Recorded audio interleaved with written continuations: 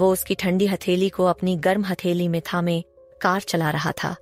उसकी आंखों में नमी थी, पर वह रोड पर टिकी निगाहें रखकर उन्हें छिपा रहा था। वह नहीं चाहता था कि समायरा उन्हें देखे। वह थकी हुई और कमजोर लग रही थी, इसलिए कबीर ने उसे उठाकर घर के अंदर और सीधे उनके बेडरूम तक ले गया। वह उसकी बाहों में इतनी हल्की थी कि सोचकर ही दिल भर आया।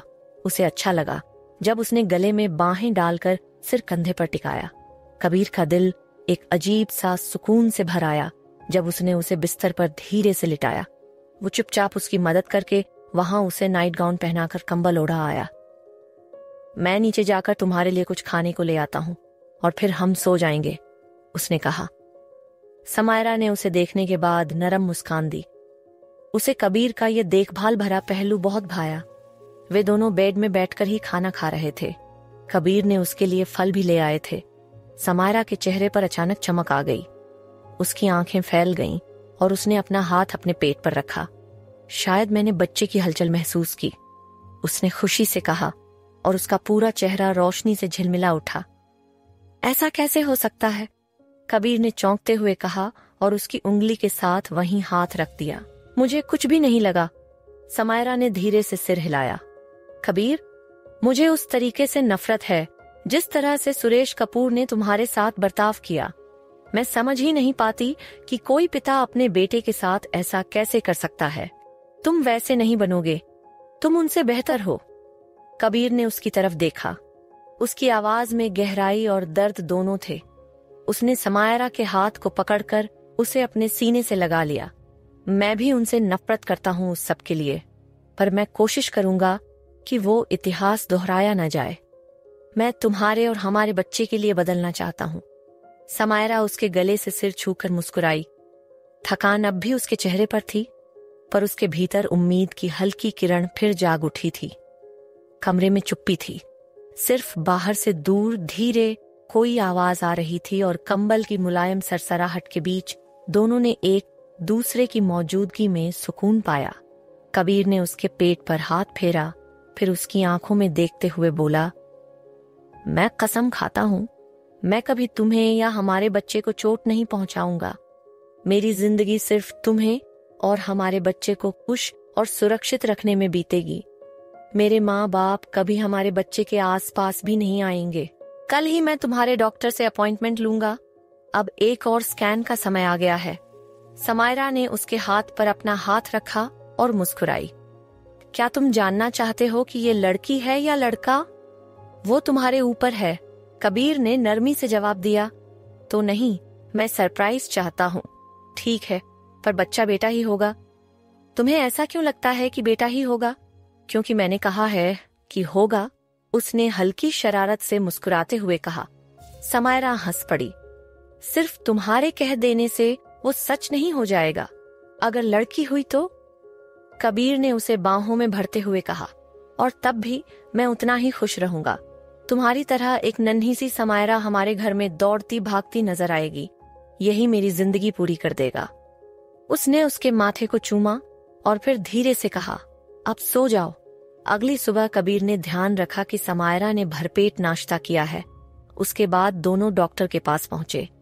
वहां पहुंचकर कबीर को यह देख खुशी हुई कि क्लिनिक में नया स्कैनर लग गया था। जब डॉक्टर अंदर आईं टेस्ट करने के लिए, समायरा ने उन्हें देखते ही हल्की सी मुस्कान दी। हाँ, हमने नया मशीन लगवा लिया है। अब इससे बहुत साफ तस्वीर मिलती है, डॉक्टर ने कहा और स्कैन शुरू कर दिया। ये रहा, स्क्रीन पर देखिए, यही आपका बेबी है। उसने इशारा किया। ओ माय गॉड, सच में दिख रहा है, कबीर ने समायरा का हाथ कसकर पकड़ते हुए कहा। यह machine top of the line है। अगर मैं यह बटन ऑन कर दूं तो आप उसका हार्ट बीट बहुत तेज और साफ सुन सकते हैं। डॉक्टर मुस्कुराई और बटन दबाते ही कमरे में एक धीमी निश्चित धड़कन गूंज उठी। एक छोटे से जीवन की धड़कन। समायरा की आंखों में आंसू भर आए। उसका दिल खुशी से भर गया। उसने कबीर की तरफ देखा और उसके भी आंखों में नमी थी। यही हमारा बेबी है, उसने फुसफुसाया। कबीर आम तौर पर सामने भाव नहीं दिखाने वाला आदमी था, पर उस पल ने किसी रुकावट को तोड़ दिया। बिना सोचे समझे उसने उसके होंठों पर एक हल्का सा किस किया और फिर उसके आंसू पोंछते हुए बोला, मैं तुमसे प्यार करता हूं। उसने खुद भी हैरानी से कहा, क्योंकि उसने ये शब्द पहली बार बिना किसी हेजिटेशन के कह दिए थे, पर यह सच था। समायरा ने उसके अंदर जमे हुए बर्फ के टुकड़े पिघला दिए थे। डॉक्टर ने मुस्कुराते हुए कहा, ठीक है, मैं आज थोड़ी प्राइवेसी छोड़ देती हूँ। आप दोनों अकेले इस पल को एंजॉय करिए, मैं कुछ मिनट में वापस आ जाऊंगी। और वह कमरे से निकल गई। समायरा ने हल्की हिचकी ली और उसकी आंखों में देखकर बोली, क्या तुमने अभी आई लव यू कहा? उसकी आवाज में आश्चर्य और उम्मीद दोनों थीं। कबीर का चेहरा लाल हो आया। एक पल वह कुछ बोल न पाया, फिर उसने धीरे से उसका हाथ दबाते हुए कहा, हाँ, मैंने कहा।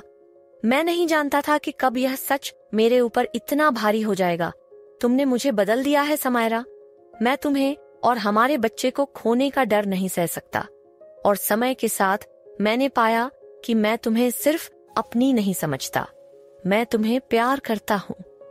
समायरा की आंखों में अब और आंसू थे। उसने सिर हिलाया और दोनों एक दूसरे की आंखों में खो गए। वहां उस छोटे काले सफेद स्क्रीन की हल्की रोशनी में जीवन की एक नई जिम्मेदारी ने उनके बीच दीवारें हटा दी थीं। कुछ ही देर में डॉक्टर लौट आए। सब कुछ सामान्य है, बच्चा स्वस्थ दिख रहा है। मैं अगली स्कैन के लिए आपकी अगली अपॉइंटमेंट रख देती हूँ, उसने कहा। कबीर ने सहमति में सिर हिलाया। जब वे क्लिनिक से बाहर निकले तो कबीर ने समायरा को और मजबूती से पकड़ा। शब्द कम पड़ गए थे। अब दोनों के दिलों में वही छोटी सी धड़कन गूंज रही थी, जो अब केवल उस छोटे से जीवन की नहीं, उनके रिश्ते की भी थी। उसने समायरा का चेहरा अपने हाथों में ले लिया और उसकी आंखों में घूरते हुए कहा। उन आंखों में कुछ ऐसा था कि कबीर पिघलने लगता था। हाँ, मैं तुमसे प्यार करता हूँ। खुदा मेरी मदद करे। मैं नहीं चाहता था, पर अब मैं अपनी भावनाएं नकार नहीं सकता। वह सोच सकता था कि अगर उसका पिता यह जान गया कि उसने, जिसे उसने अपने जैसा बनाने की कसम खाई थी, इतनी जल्दी किसी के प्यार से बदल गया है, तो न जाने क्या होगा। समायरा ने छलांग लगाकर उसके गले से उसे कसकर पकड़ लिया। मैं भी तुमसे प्यार करती हूँ। कबीर ने एक कड़वी हंसी दी और सिर झुकाया। कभी कभी मैं सोचता हूँ कि तुम मुझे कैसे प्यार कर सकती हो। मैंने तुम्हें ब्लैकमेल किया, तुम्हें अपने कमरे में बुलाया और तुम्हें शादी के लिए मजबूर किया। मैं अभी भी एक अच्छा आदमी नहीं। मैं हमेशा एक डीमन ही रहूंगा। समायरा ने उसका चेहरा उठाकर देखा। उसकी आंखों में अब सिर्फ प्यार और दृढ़ता थी। उसने धीरे से कहा, कबीर, तुम वो इंसान हो जो तुम होना चुनोगे। तुम्हारा बचपन तुम्हें परिभाषित नहीं कर सकता। हाँ, तुम्हारे किए गए कुछ काम गलत थे, पर तुमने मुझसे प्यार किया है। अगर तुम सच में बदलना चाहते हो तो मैं तुम्हारे साथ रहूंगी। मैं तुम्हें इसलिए नहीं चाहती कि तुम परफेक्ट हो, मैं तुम्हें इसलिए चाहती हूं क्योंकि तुम हो। कबीर की आंखें नम थीं। उसने आवाज में कठोरपन छिपाते हुए कहा, मैं तुम्हें चोट नहीं पहुंचाऊंगा। मैं खुद को बदलने की कोशिश करूंगा, तुम्हारे और हमारे बच्चे के लिए। समायरा ने मुस्कुराते हुए उसका हाथ पकड़ा। मैं तुम्हें यकीन दिलाती हूँ, मैं साथ रहूंगी।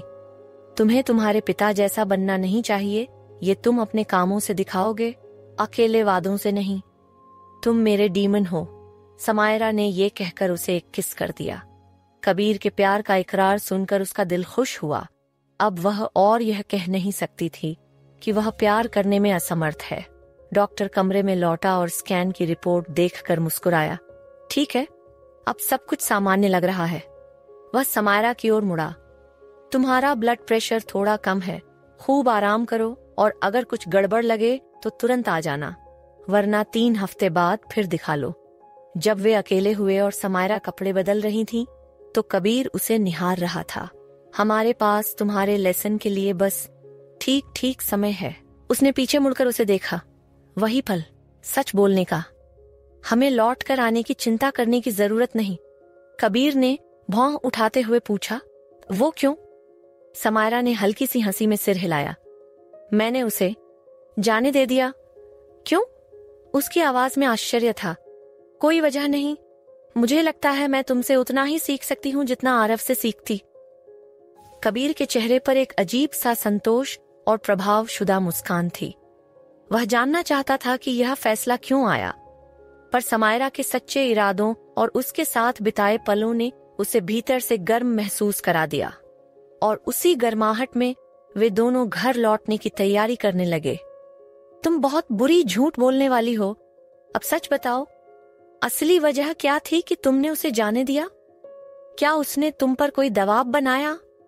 उसने उसके कंधों पर हाथ रखकर उसकी आंखों में घूरते हुए कहा। नहीं, बिल्कुल ठीक है, थोड़ी बहुत, समायरा ने झिझकते हुए कहा। समायरा, मुझे पूरा सच बताओ, उसने क्या किया? उसके अंदर खून गर्म होने लगा था। ठीक है, पर वादा करोगे कि तुम उछलकर उस पर कुछ नहीं करोगे? उसने कहा। जब कबीर ने सिर हिलाया तो वह आगे बढ़ी। कुछ दिन पहले जब मैं बहुत दुखी थी तो उसने मुझे समझाने की कोशिश की। उसने मुझसे भागने की बात कही, नई जिंदगी, पर मैंने मना कर दिया। मैंने कहा कि मैं तुमसे प्यार करती हूँ। उसने जब मुझे किस करना चाहा तो मैंने उसे धकेल दिया और कहा कि चला जाए। तो देखो, मैंने खुद संभाल लिया, तुम्हें कुछ करने की जरूरत नहीं थी। वो छोटा सांप, मुझे तो मालूम ही था कि उसे तुम्हारी तरफ झुकाव था। मैं चाहता हूं कि उसकी अच्छी पिटाई कर दूं, उसे सिखा दूं कि किसी दूसरे आदमी की पत्नी के साथ छेड़छाड़ नहीं करनी चाहिए। कबीर, तुमने वादा किया था, समायरा ने सख्ती से कहा। ठीक है एंजल, तुम्हारे लिए मैं उसे छोड़ दूंगा, पर अगर उसने फिर कभी कुछ किया तो मेरा वादा खत्म समझो। उसने उसे अपनी बाहों में खींचकर जोरदार किस किया। किस तब तक चलना बंद नहीं हुआ जब तक कि वेट्रेस वापस कमरे में नहीं आई।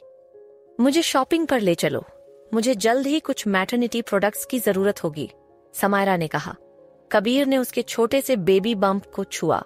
हाँ, जल्द ही तुम और ज्यादा दिखने लगोगी।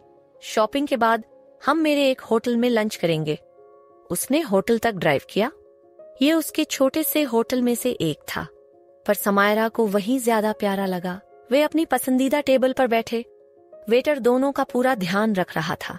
उसने समायरा के लिए एक खास डेजर्ट मंगवाया, स्ट्रॉबेरी, चॉकलेट, क्रीम और कस्टर्ड बेस के साथ, जो उसके होटल में मशहूर था। उसने अपना खाली प्लेट हटाया और डिजर्ट्स में खो गई। आंखें बंद करके एक निवाले पर उसने कराह सी की। ओह माय गॉड, ये अब तक की सबसे बढ़िया चीज है जो मैंने अपने मुंह में रखी है। उसने आंखें खोली और कबीर की ओर देखकर बोली, तुम्हें इसे न्यूयॉर्क में भी रखना चाहिए, मैं ऐसा करवा सकता हूँ। उसने जवाब दिया। एक बात मैं हमेशा जानना चाहती थी, उसने कबीर का हाथ थामते हुए कहा। क्या? उसने पूछा। वो होटल जिसमें मैं काम करती थी, तुमने उसे क्यों नजरअंदाज कर रखा था? उसे इतना पुराने हाल में कैसे रहने दिया? समायरा ने पूछा। कबीर ने उसका हाथ छोड़ा और झुक कर बैठ गया। वो पहला होटल था जो मैंने खरीदा, मेरे पिता के पैसों से। जैसा तुम सोच रही हो, मैं उससे नफरत करता था, इसीलिए मैंने कभी उसे ठीक रखा ही नहीं। जैसे जैसे मेरे पास और होटल आए, मैं उसे भूल सा गया, और सच कहूं तो मैं बेचने की ही सोच रहा था, पर फिर मैंने उसे नजरअंदाज कर दिया। मैं समझती हूँ सुरेश कपूर से जुड़ी चीजों से तुम छुटकारा चाहोगे, पर मेरी वजह से तुमने उसे रखा। कबीर ने दोबारा उसका हाथ पकड़ लिया। अब मेरे पास उसे रखने का एक अच्छा कारण है। यही जगह है जहां मैंने अपनी परी पाई। समायरा ने उसके आंखों में प्रेम देखा। यही मैंने भी तुम्हें पाया था। क्या तुम कुछ देर के लिए यहाँ अकेली बैठकर ठीक रहोगी? मैं रेसिपी भेजवा दूंगा, उसने पूछा। हाँ, मैं ठीक हूँ, उसने कहा और उसका अधूरा डेजर्ट उठाया, हंसते हुए कहा, मैं इसे तुम्हारे लिए खत्म कर देती हूँ। वह अपना मुंह पोंछ रही थी कि एक आदमी उनकी टेबल की तरफ आया और समायरा की सांस अटक गई। वह जेनरी स्पूनर था, उसका एक्स। शब्द गले में अटक गए। समायरा, जेनरी ने कहा और बिना पूछे ही बैठ गया। हे भगवान, तुम इटली में क्या कर रही हो? तुम तो कमाल लग रही हो। जेनरी, समायरा ने हिम्मत करके कहा, मैं यहाँ रहती हूँ, पर तुम यहाँ कैसे? 2 दोस्तों के साथ छुट्टियां मना रहा हूँ। उसने इशारा किया एक दूर की टेबल की तरफ जहाँ 2 लड़कियां बैठी थीं। तुम्हारी पत्नी साथ नहीं है? समायरा ने तंज कसते हुए पूछा। वह गर्व भरी मुस्कान लेकर बोला, नहीं, वह ठीक नहीं थी, इसलिए मैंने सोचा थोड़ा ब्रेक ले लूं उस बोल्ड वाइफ से। मुझे उस तरह बात छोड़कर जाना अच्छा नहीं लगा। बात छोड़कर जाना? क्या तुम्हें होश है? तुम मुझे एक बड़ी औरत के पास छोड़कर चले गए। तुमने मुझे बहुत तकलीफ दी जेरी। हम शादी और बच्चे की बात करते थे। तुम मेरे साथ ऐसा कैसे कर सकते थे? बेबी, मुझे अफसोस है। तुम जानती हो मेरे लिए हालात कितने मुश्किल थे। मैं नौकरी नहीं ढूंढ पा रहा था। फिर जब मैं हेलन से मिला और उसने मुझे अपना शोफर रख लिया तो हम बातें करने लगे और उसने मुझे एक जिंदगी बदल देने वाला ऑफर दिया। वो मौका छोड़ना मुश्किल था। वो औरत मल्टी बिलियनर है। तो तुमने प्यार के ऊपर पैसे को चुना। मैंने कभी तुमसे मोहब्बत बंद नहीं की। मैं अभी भी तुमसे प्यार करता हूँ और ये जरूरी नहीं था कि सब कुछ खत्म हो जाए। हम साथ रह सकते थे, बस शादी नहीं होती। मुझे तुम्हारी और हमारे पुराने दिनों की बहुत याद आती है। चलो कहीं प्राइवेट में चलें जहां हम अकेले हो सकें। कभी नहीं जेरी। मैं तुम्हें माफ कर सकती हूँ पर फिर तुमसे मिलना नहीं चाहती। तुम्हारी वाइफ के लिए मुझे दया आती है। अगर उसे पता लगे कि तुम यहाँ 2 औरतों के साथ हो तो वह क्या सोचेगी? वो मेरे लिए कुछ नहीं है। मैं बस मजे ले रहा हूँ। कोई बुढ़िया के ऊपर होने और उसकी कराह सुनने में कुछ अच्छा नहीं है। पर तुम्हारी बात अलग है। मुझे अभी भी याद है तुम्हारी स्किन कैसी थी, कितनी गर्म और प्यार भरी थी तुम। समायरा अंदर ही अंदर जानती थी कि अगर कबीर लौट कर आया और जेनरी को उसे छेड़ते पाया तो वह उसे चोट पहुंचा देगा। भले ही वह जेनरी से नफरत करती थी, फिर भी उसे पीटवा देना नहीं चाहती थी। जब जेनरी ने उसका गाल छुआ तो समायरा ने उसका हाथ थप्पड़ मारकर हटा दिया। तुम बदल गई हो समायरा। पहले तुम मुझसे कभी इनकार नहीं कर पाती थी, जेनरी ने धृष्टता से कहा। जानते हो क्या जेनरी, तुमने मुझे छोड़कर बड़ा उपकार किया, समायरा ने कड़वेपन से कहा। कैसे? वह और नजदीक आया, कुर्सी खिसकाते हुए। तुम्हें छोड़कर मैंने तुम्हारे लिए क्या किया?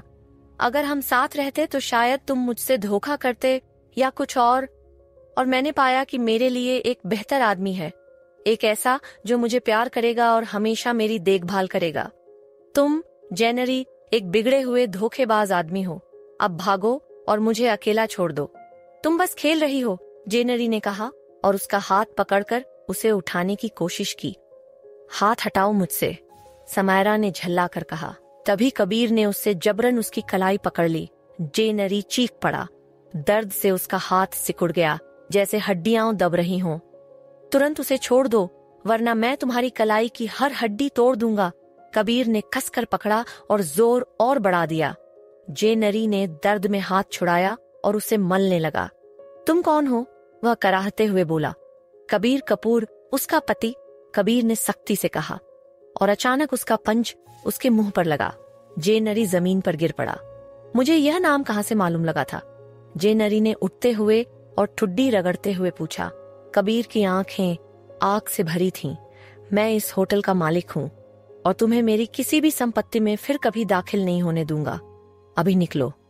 जब जेनरी चलने लगा तो कबीर ने उसका हाथ पकड़कर जल्दी से कान के पास फुसफुसाया। अगर फिर कभी उसके पास गया तो वह तुम्हारा आखिरी दिन होगा। समायरा जानती थी कि वह कौन था। वो जेनरी स्पूनर था।